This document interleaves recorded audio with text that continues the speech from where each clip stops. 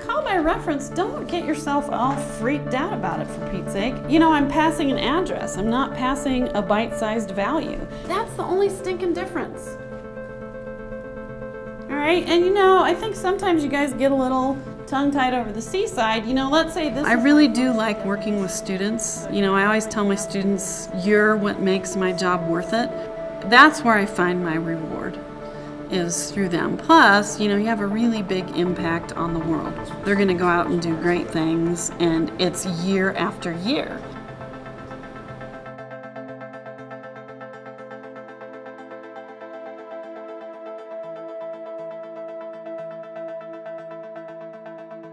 The research that I do, the broad area is computer architecture.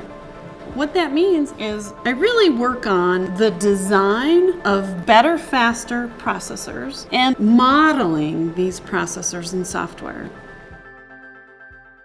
I really have been interested in math and science for a long time, primarily because my father always told me what he was working on, whether it be a tank or a plane, and that essentially led to me really gravitating towards the sciences.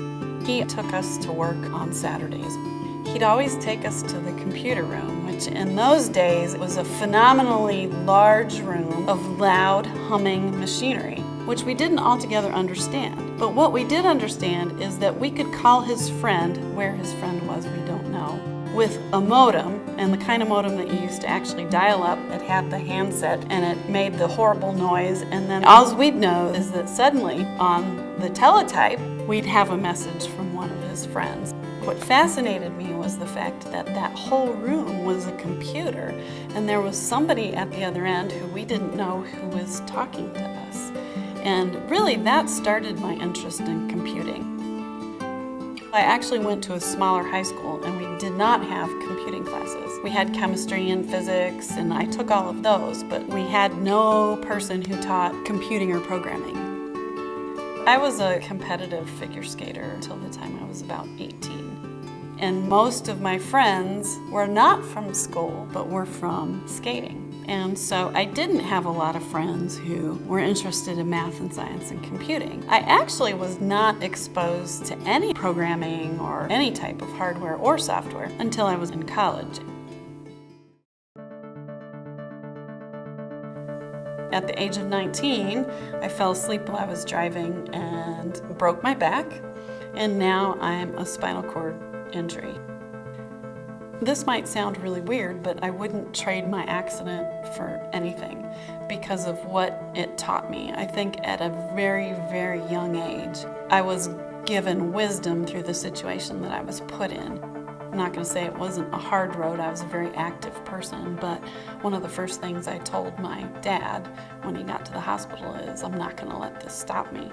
And I did not let it stop me. Actually, it sort of pushed me the other direction. I think I'm more willing to try things. I'm more adventurous, and I think I just have a better perspective of what life is and what it's about, because your life can change in a heartbeat. Try. Walk. I love to be outside. I'd much rather be outside than inside any day. Horseback riding and camping are probably my #1 hobbies. I've seen more of New Mexico on the back of a horse than I have from a car. And I think that carries over to my career too, because I have taken on some projects that I sat there thinking, I have no idea how to do this. But you know, you figure it out, and some of your skills actually do apply to solving that problem.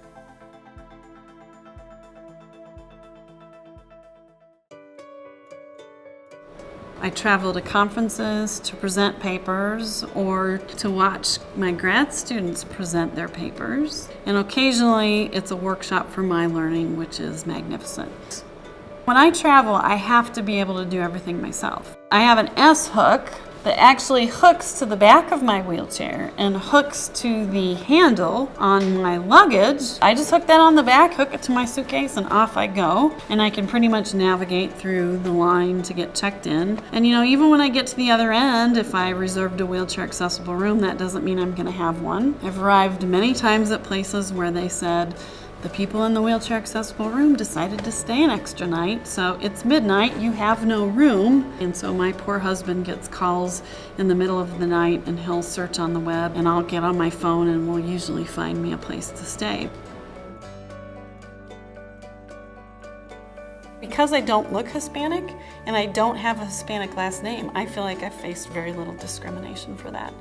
And at New Mexico State, I feel like I'm not in a minority. Some of the issues that you face as a woman in a wheelchair who is Hispanic are tough. And I will say being a woman is probably the hardest thing in my field to overcome. Through other women is where I garner most of my support. But the biggest obstacle that I run into is handicap parking. The hash marks in between handicap parking spaces, those mean the world to me.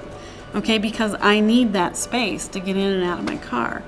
But a lot of times I'll come to campus and there's no handicap parking. Honestly, that is my biggest obstacle to my job and to life. Because that's not only here on campus, but it's at the grocery store, it's at the mall, it's at the doctor's office, it's everywhere. I think when you're in an area that lacks role models, you realize how important what you're doing is. And you also realize that because there are so few role models available to you, that other people in different ethnicity, different gender, become your role models, and that's okay. But I think it emphasizes the fact that you need to finish what you're doing so that you can be a role model. It does inspire you on. My broad area of research is computer architecture. We're currently designing a new processor that is suitable for executing graph-based algorithms and looks different than anything that's really available today. Some people might say, what's a graph-based algorithm? The best thing to think about is Facebook. The information in Facebook, I'm your friend, you're my friend, these other 10 people are friends, those connections are represented in a graph where the nodes are you and your information, and your friends and their information. I always tell people with disabilities, computing can open your world. You can do whatever you want sitting in this chair.